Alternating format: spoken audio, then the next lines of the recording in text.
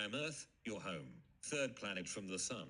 I am only planet known to have an atmosphere containing free oxygen, oceans of water on its surface and, of course, life. Earth is the fifth largest of the planets in the solar system. I am smaller than the four gas giants Jupiter, Saturn, Uranus and Neptune, but larger than the three other rocky planets, Mercury, Mars and Venus. Earth has a diameter of roughly 8,000 miles. 13,000 kilometers, and I am not really round but an oblate spheroid, because its spin causes it to be squashed at its poles and swollen at the equator. Water covers roughly 71% of my surface, and most of that is in the oceans. About a fifth of my atmosphere consists of oxygen, produced by plants. While scientists have been studying me for centuries, much has been learned in recent decades by studying pictures of Earth from space. Earth's formation and evolution. Scientists think I was formed at roughly the same time as the Sun and other planets some 4.6 billion years ago, when the solar system coalesced from a giant, rotating cloud of gas and dust known as the solar nebula. As the nebula collapsed because of its gravity, it spun faster and flattened into a disk. Most of the material was pulled toward the center to form the Sun.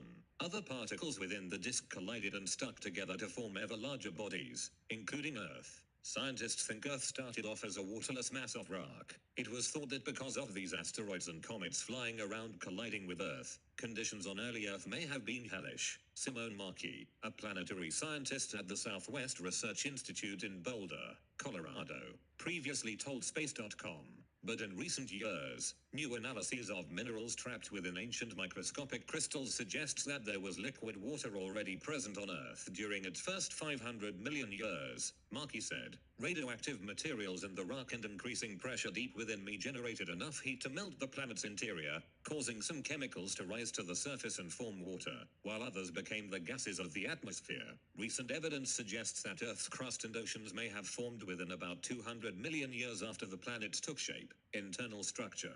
The size of the Earth, about 12,750 kilometers, km, in diameter, was known by the ancient Greeks. But it was not until the turn of the 20th century that scientists determined that our planet is made up of three main layers: crust, mantle, and core. This layer structure can be compared to that of a boiled egg. The internal structure of the Earth is layered in spherical shells, an outer silicate solid crust, a highly viscous asthenosphere and mantle, a liquid outer core that is much less viscous than the mantle, and a solid inner core. Scientific understanding of the internal structure of the Earth is based on observations of topography and bathymetry, observations of rock in outcrop, samples brought to the surface from greater depths by volcanoes or volcanic activity, analysis of the seismic waves that pass through the Earth, measurements of the gravitational and magnetic fields of the Earth, and experiments with crystalline solids at pressures and temperatures characteristic of the Earth's deep interior. Earth's core is about 4,400 miles,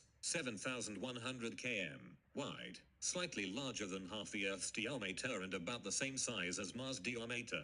The outermost 1,400 miles, 2,250 km of the core are liquid, while the inner core is solid. It's about 4/5 as big as Earth's moon, at some 1,600 miles, 2,600 km, in diameter. The core is responsible for the planet's magnetic field, which helps to deflect harmful charged particles shot from the sun.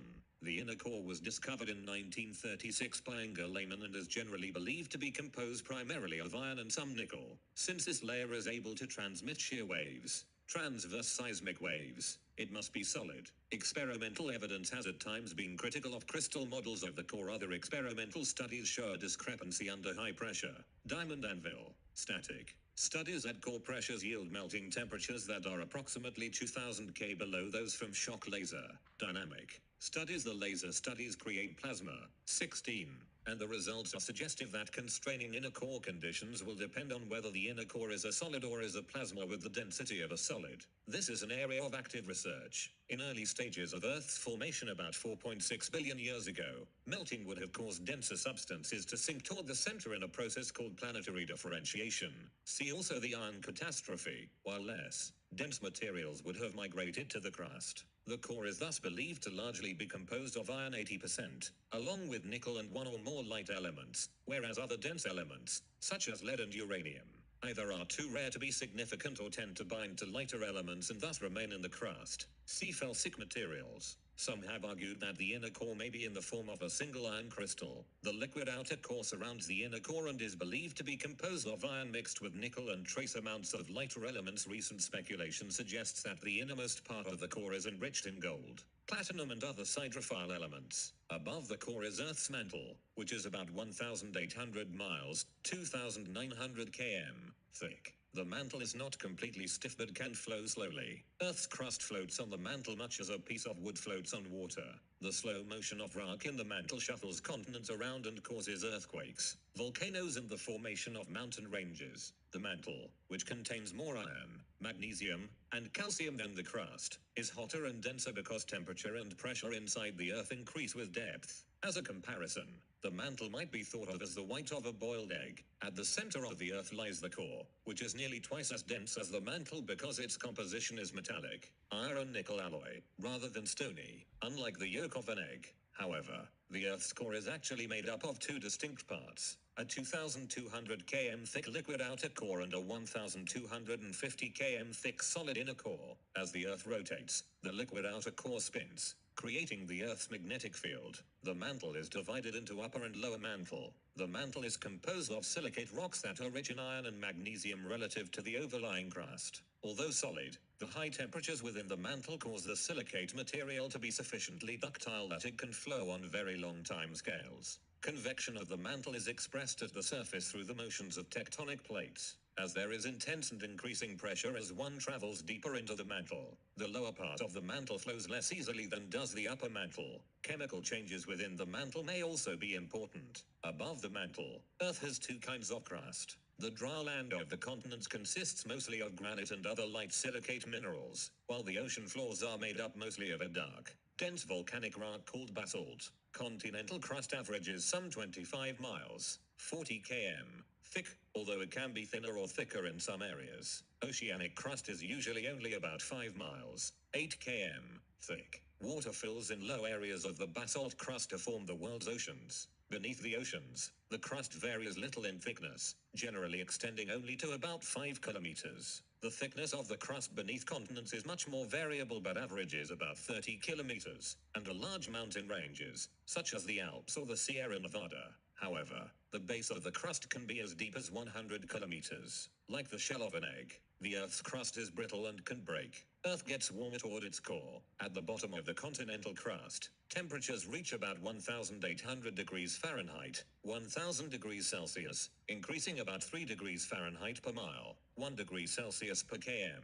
Below the crust, geologists think the temperature of Earth's outer core is about 6,700 to 7,800 degrees Fahrenheit, 3,700 to 4,300 degrees Celsius, and that the inner core may reach 12,600 degrees Fahrenheit, 7,000 degrees Celsius, hotter than the surface of the sun. Chemical composition.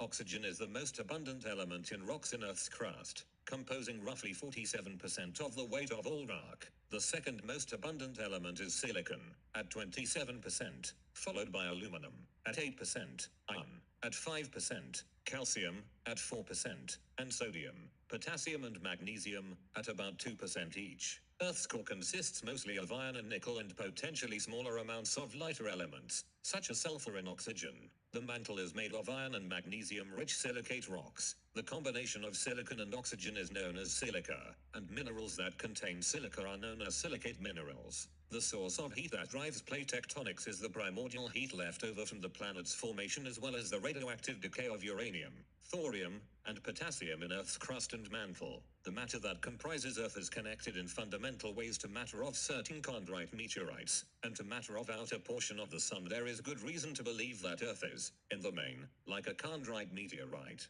Beginning as early as 1940, scientists, including Francis Birch, built geophysics upon the premise that Earth is like ordinary chondrites, the most common type of meteorite observed impacting Earth, while totally ignoring another, albeit less abundant type, called enstatite chondrites. The principal difference between the two meteorite types is that enstatite chondrites formed under circumstances of extremely limited available oxygen, leading to certain normally oxyphile elements existing either partially or wholly in the alloy portion that corresponds to the core of Earth. Dynamo theory suggests that convection in the outer core, combined with the Coriolis effect, gives rise to Earth's magnetic field. Over 7.6 billion humans live on Earth and depend on its biosphere and natural resources for their survival. Humans have developed diverse societies and cultures. Politically, the world has about 200 sovereign states. The lab is determined from the differences in the lithosphere and asthenosphere, including, but not limited to, differences in grain size, chemical composition, thermal properties, and extent of partial melt. These are factors that affect the rheological differences in the lithosphere and asthenosphere. The lithosphere-asthenosphere boundary represents a rheological boundary. Colder temperatures at Earth